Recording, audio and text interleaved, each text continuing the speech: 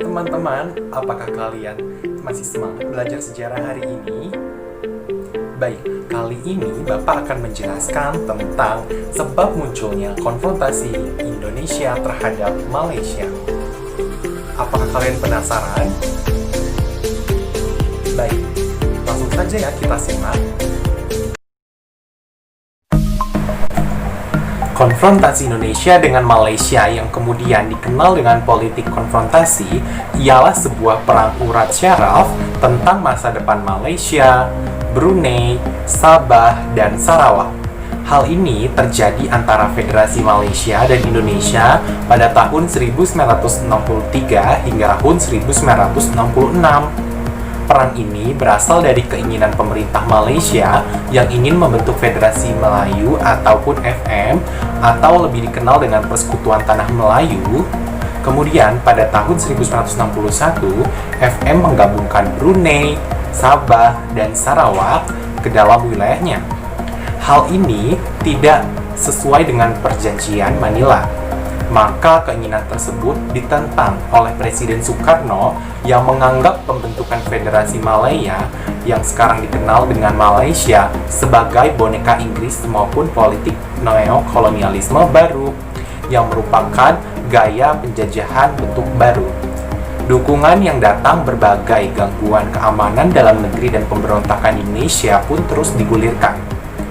Pelanggaran perjanjian internasional dengan konsep The Macapagal Plan melalui perjanjian Manila pada 31 Juli 1963, kemudian tanggal 3 Agustus 1963, juga tanggal 5 Agustus 1963 tentang dekolonialisasi yang harus mengikutsertakan seluruh rakyat Sarawak dan juga Sabah.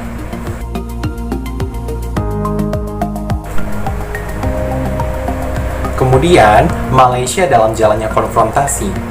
Indonesia bersama Filipina kemudian secara resmi menyetujui pembentukan Federasi Malaysia jika mayoritas di daerah yang telah dilakukan dekolonialisasi memilih melalui referendum yang diorganisasi oleh PBB pada tanggal 16 September 1963 sebelum hasil dari pemilihan dilaporkan. Malaysia melihat pembentukan federasi sebagai masalah di dalam negeri tanpa campur tangan dari orang luar. Namun, Indonesia melihat hal ini sebagai pelanggaran terhadap persetujuan Manila dan adanya kolonialisme juga imperialisme Inggris. Demonstrasi mahasiswa Malaysia yang anti-Indonesia, demonstrasi tersebut berlangsung di Kuala Lumpur. Para mahasiswa Bondong datang ke gedung KBRI. Mereka merobek-robek foto Presiden Indonesia, kemudian foto Soekarno, dan membawa lambang negara Indonesia yakni Garuda Pancasila ke hadapan Tunku Abdul Rahman, yakni Perdana Menteri Malaysia pada saat itu. Kemudian memaksanya untuk menginjak lambang negara Indonesia.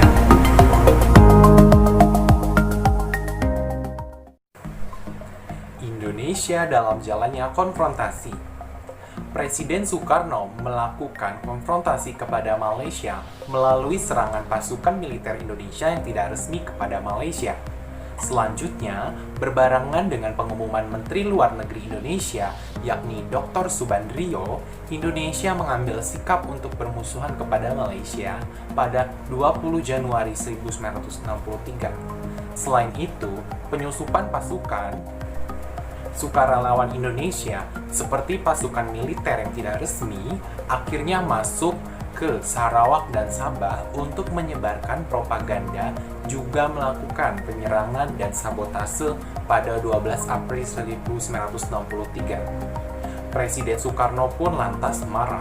Karena hal tersebut, ia mengutuk tindakan demonstrasi non-Indonesia yang menginjak-injak lambang negara Indonesia. Soekarno ingin balas dendam tersebut dengan melakukan gerakan Ganyak Malaysia. Kalian tentu pernah mendengarnya, bukan?